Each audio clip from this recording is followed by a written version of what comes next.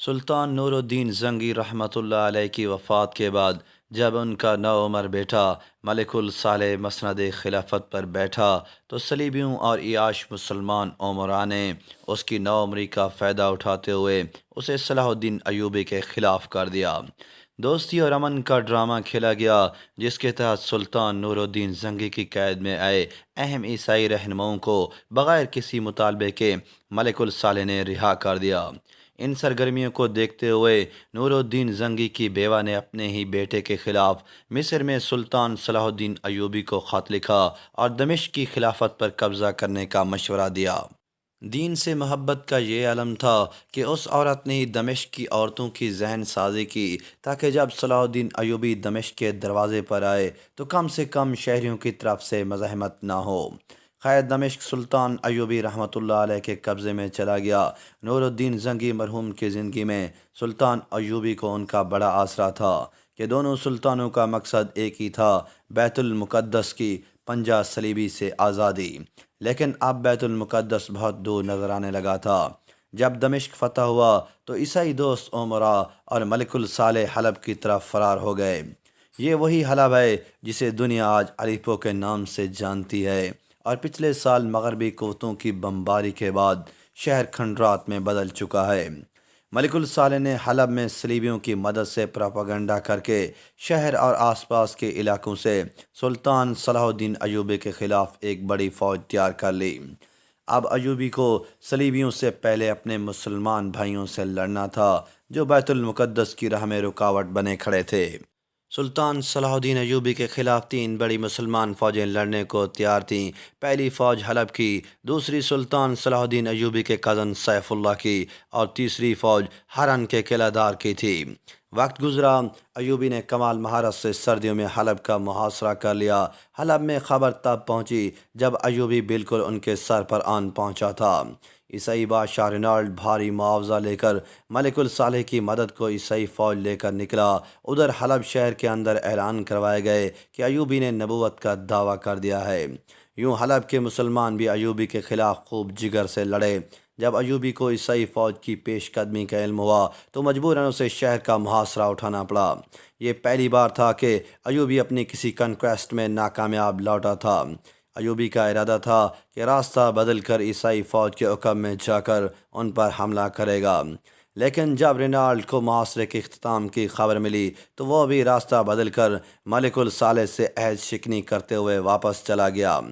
اب تینوں مسلمان فوجوں نے مل کر ایوبی پر حملہ کرنے کی ٹھانی۔ ایوبی نے پھر بہترین جنگی چال چلی اور ان فوجوں کو حلب سے کچھ دور ایک پہاڑی سلسلے میں لا کر لڑانے کا فیصلہ کیا۔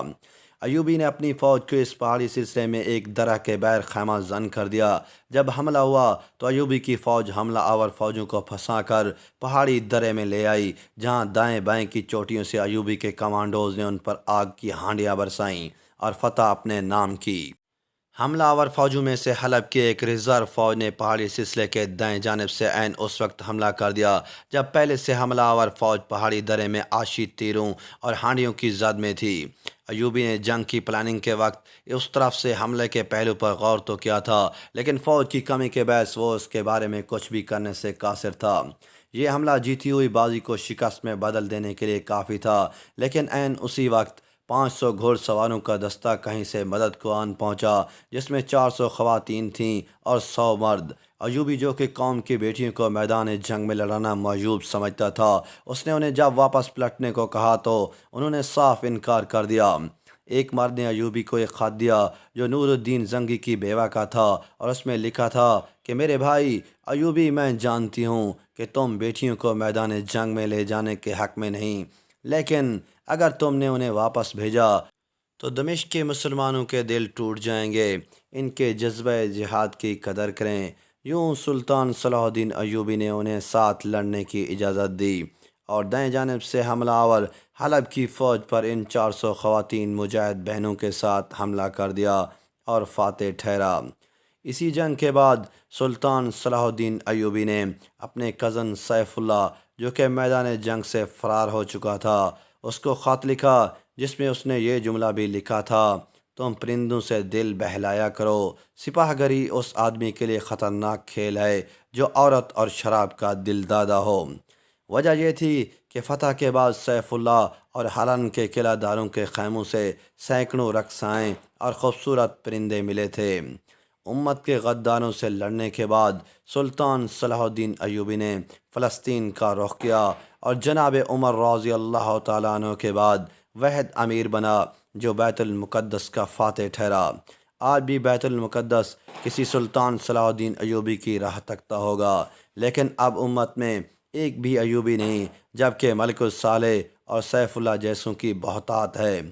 مسلمان نوجوان عورت شراب اور دنیا کی رنگینیوں میں کھوئے ہوئے ہیں۔ کہیں بلند عمارتوں کا مقابلہ ہے تو کہیں محلوں میں کھڑی گاڑیوں کی تعداد کا۔ شاید سلطان صلاح الدین ایوبی کا پیغام آج کے مسلمان حکمرانوں کے لیے بھی ہے کہ تم پرندوں سے دل بہلایا کرو۔ سپاہ گری اس آدمی کے لیے خطرناک کھیل ہے جو عورت اور شراب کا دل دادا ہو۔